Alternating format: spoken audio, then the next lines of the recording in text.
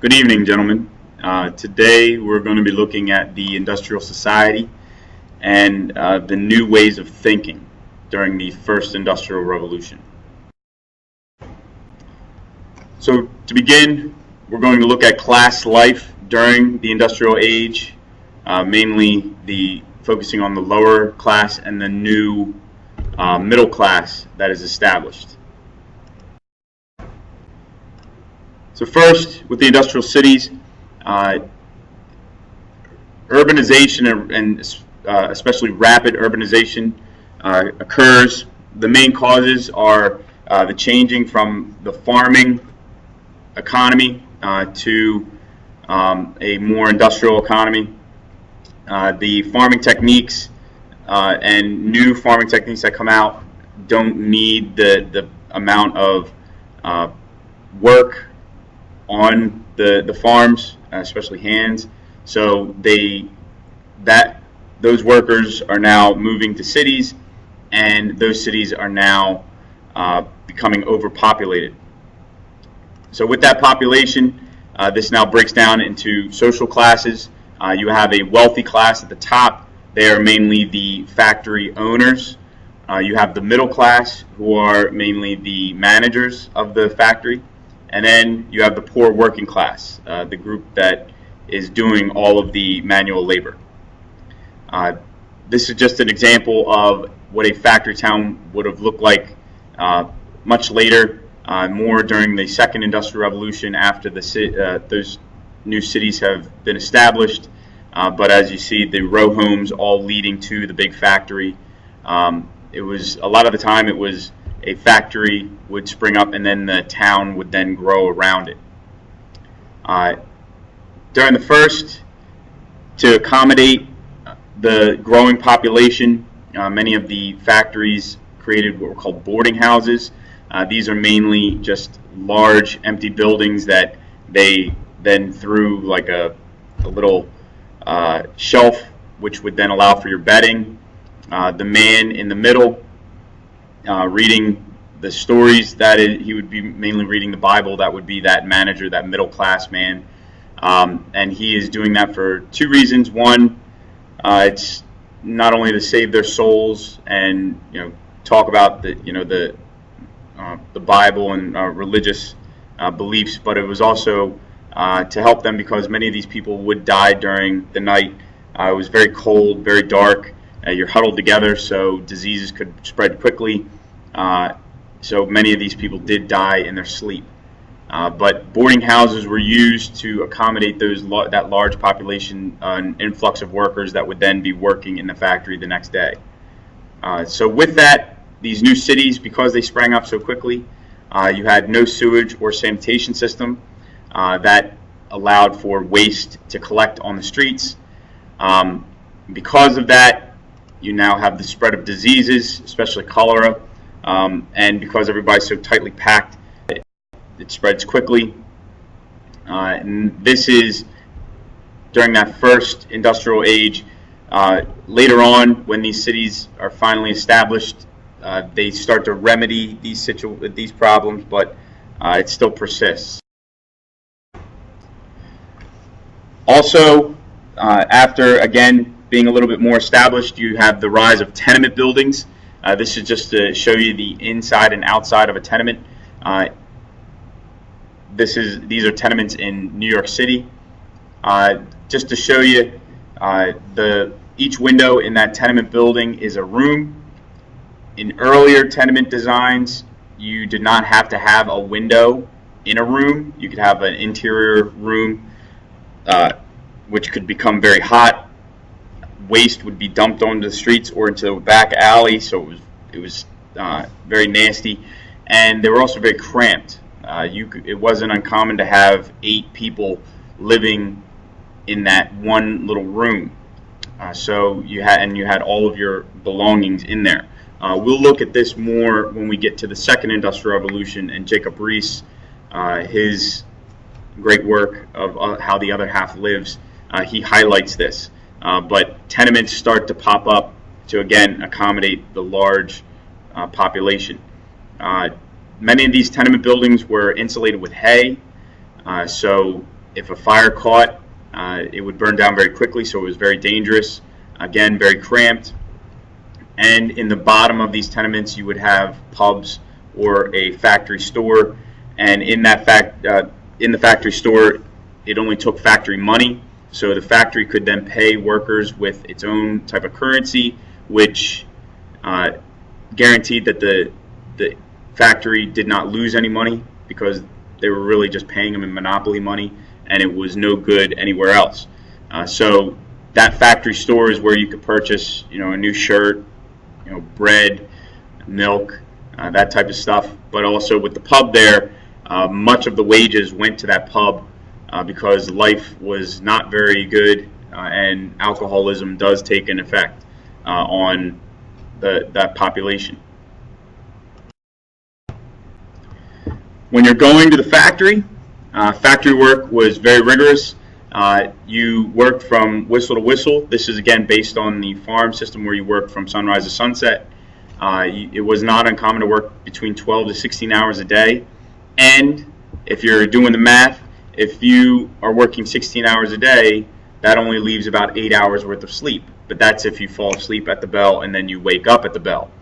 So roughly these workers were getting an average of about 6 hours of sleep a night, which, as you may know, is not a very healthy amount of sleep. So because of that, and also because of the lack of safety devices, you had many accidents. It was not uncommon to have someone lose a limb or also lose their lives because of the machines that are constantly moving and you can't stop them. Nowadays, there are safety devices placed on machines where if you're working on a factory line, something gets stuck, you press a button, the whole line stops. Back then, something got stuck, you better hope that it rips away, or you get unstuck, or you then were part of that problem with the jam. So you have accidents, very common. You also have exposure to contaminated air. Working in the coal mines, coal miners suffer from what was called black lung, where breathing in the coal dust constantly, their lungs became just basically like one lump of coal. But also working in textile mills, because of the lint that was just in the air constantly, you were breathing that in. And just to give you an idea, if you ever wash your clothes and you pull out the lint trap of your dryer, that's what your lung would have looked like after working several years in a textile mill. So that lung or that exposure caused lung failure, and many of them at a very young age, because you would tend to go and work at these factories or in the mines at a very young age, right around the time that you would enter into school. So 6, 7 years old. So breathing that in, so by the time you're 20, you've been working in a factory or in the mine for close to 14 years, and you're breathing that in, you would have some breathing problems. And speaking about starting at a young age, women and children were preferred workers, mainly because you could pay them less, and also they were easier to manage and could adapt to the machines quicker. They could fit into tighter spaces. For women, the problem was the workday didn't end after the whistle blew. You were then expected to carry out your household duties as well. Same with fathers too, but women, a lot of the emphasis was placed on. So women got even less sleep than men, which was horrible when it comes time for the work. With children, they had specialty jobs, especially when they were younger. So for little kids, it might be collecting the lint that traps underneath of the weaving machine. You also have what are called hurriers in mines. These are kids that are basically used to pull the raw materials out of the mine before there are automated cars. So that there's a illustration of hurriers. There would be about 2 kids in the front and 2 kids in the back pushing, and they would go up those mine shafts, and that cart is loaded with coal and rock. So I mean, these kids were pretty strong, but this was a very dangerous job. The shaft could collapse. If one of these kids slipped, the other kids could be crushed or drugged to death. This was a very, very dangerous job. And the treatment of children, you didn't really have a childhood. You were a slave to the machine and a slave to the work. And with that, this is, especially with lower class children, before there were laws that said that kids had to go to school, your family wanted you to work right away. They needed that extra income. So kids were expected to pull their weight and to provide for themselves. Now, during this age, you now have a new middle class popping up. The members of this new middle class are the entrepreneurs, the guys that are coming up with the ideas or providing some investment into those ideas. They're the merchants that are selling them. The lifestyle of a middle class man or a family, solid, well-furnished homes. This is just an example of a middle class home and what it would look like inside. You now have new features to a home, such as a living room where you would go and sit. And this would be an area where in your home today, maybe your family has it where it's that one room where all the nice stuff is, but nobody's allowed to go in there. But it's called the living room. You also have features like dumb waiters, where they are little elevators that would go from like a kitchen to a bedroom. This is so that the family didn't have to leave their room in order to eat breakfast. And you would also have workers do all the work for you. You would have a maid, you would have a cook, you would have a butler, and those types of features. The impact of the new middle class, they needed to show that they were more distinct and separated from the lower class. So women were not expected to work. A sign of a truly successful husband is that their wife didn't have to do anything. And the less she had to do, the better. When it comes time for the kids, they didn't have to go to work, so they were educated and they were expected to follow in the footsteps of their parents. Daughters were to be taught how to be good wives, ladylike, and sons learn the business. The whole point of this was they needed to make sure that everybody knew that they were middle class. So even they wanted to show that they were even better than the upper class, because now you have codes of etiquette being created by the middle class. They wanted to make sure that everybody knew that they were there. With their dress, they went out in suits so that it showed that they didn't have to get their hands dirty or that they could go in a nice suit. And again, everything was to show that they were different. When it comes time for the view of the lower class, they had no sympathy for them. They believed that it was their fault that they were poor and that by working hard they can raise their status. So because we have this new types of classes, you now have new industrial philosophies, and we'll be moving through this pretty quickly, but these are the new types of ideas that are popping up. So first, you have Adam Smith and the idea of the laissez-faire or free market, hands-off economy. He said that a free market would help everyone and encouraged capitalists to reinvest their profits in new ventures. He believed that, all right, the wealthy are going to get wealthier, but the wealthy should then use that money to reinvest in everybody. So Adam Smith had an idea on how all classes could all work together. Malthus then took an idea on population. He saw that the population increase, especially in Britain, which was so significant between 1800 to 1850, he said that if it kept on, that the population would outpace the food supply, and the poor would suffer because they wouldn't be able to eat. So he urged families to have fewer children. And there's a chart up at the top that shows kind of how his idea, where he came up with this idea. The problem is, though, the population did increase, but that also allowed for increase in food production. Living conditions did improve. Families did limit their children, but it wasn't because of this fear that they would outpace the food supply. It was more or less they didn't have to have 20 kids in order to have only 5 of them survive to adulthood. Now their children were living past childbirth and also into their teens, so they didn't have to have that many kids. The kids that they were having were surviving.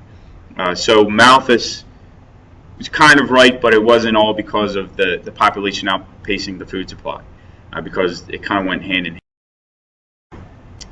Now Ricardo, he is also talking about the limiting of the population, but it's also that idea of the iron law of wages. He's saying it's not like Malthus. It's actually complete opposite of Malthus. He's saying that if you increase the wages, that allows for family size to outgrow, but that creates unemployment because you have too many workers and not enough work. So what he was saying was you have a low wage system, and that allows for people to work, but it also promotes that idea that someone bettering themselves and also not having as many children. So Ricardo also came up with several other ideas. He was also a major supporter of the free market system, and he did not agree with a lot of what the laws that Britain was placing on, especially the corn laws, which we'll look at later. But Ricardo was a major promoter in that free market system, but he believed that the market would just keep on making more and more money, but you shouldn't be paying workers an exorbitant amount of money. You should allow them to do the work and make that money for themselves. You then also have people that look at the society in general, right? Not the economics and how economics is driving society. It's more what's going on in society.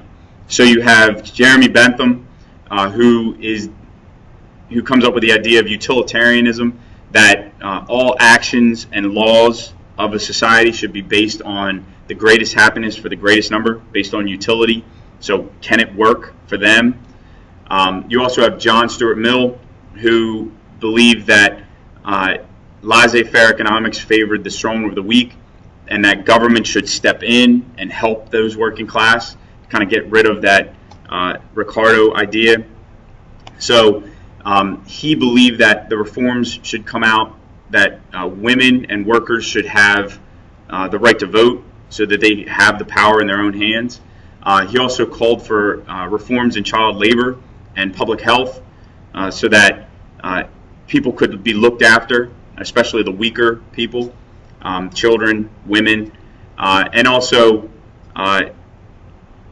he was a big believer that by giving the people the right to vote, that would then allow for it would control the big business, so you wouldn't have the power all in the hands of an elite. The reactions, the middle class rejected this idea,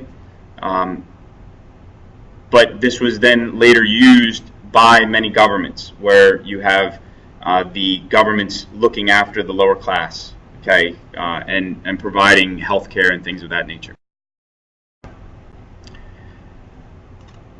Next, we have socialism. Now, socialism is a new government ideology.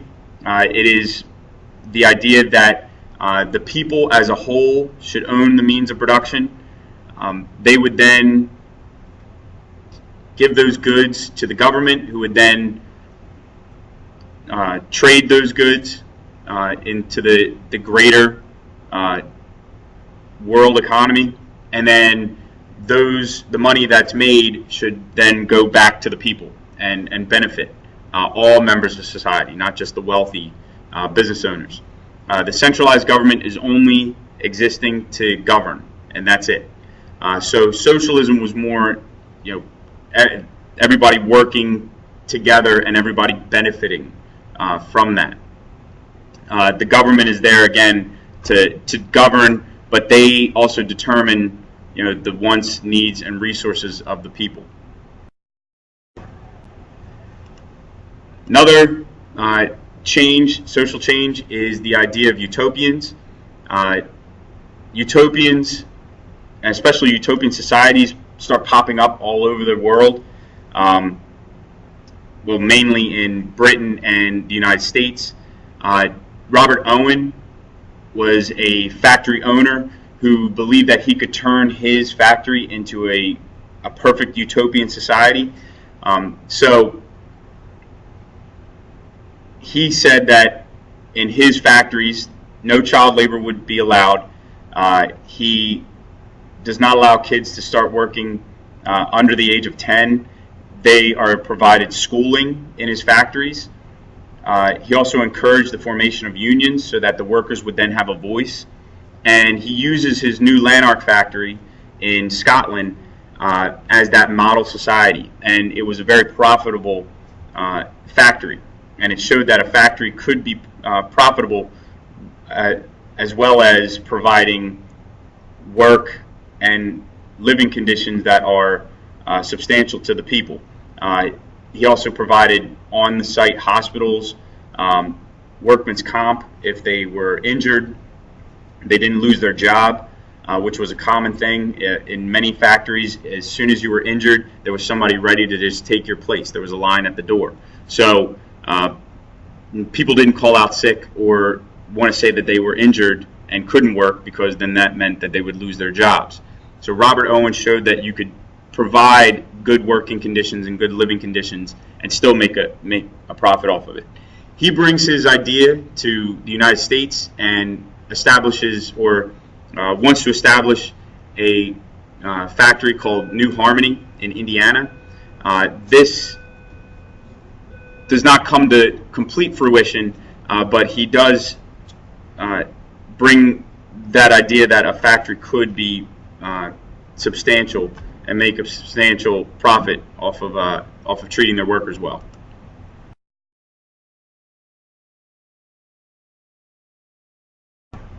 And last but not least, you have Marx.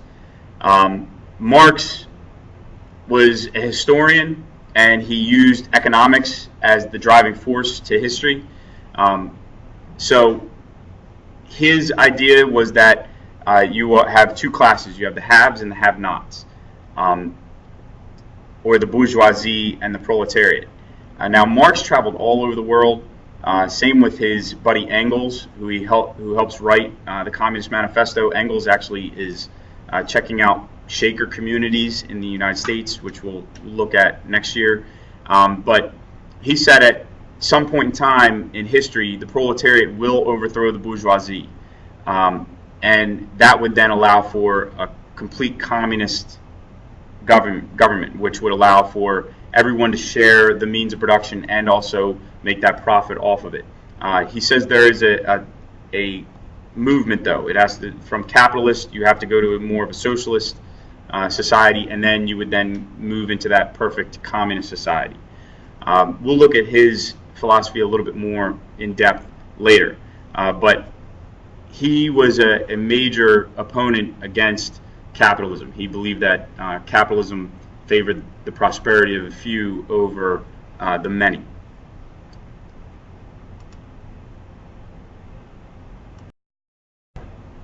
So your assignment, using the information, complete the chart and the questions attached, and then we're also going to have a quiz in the next class meeting.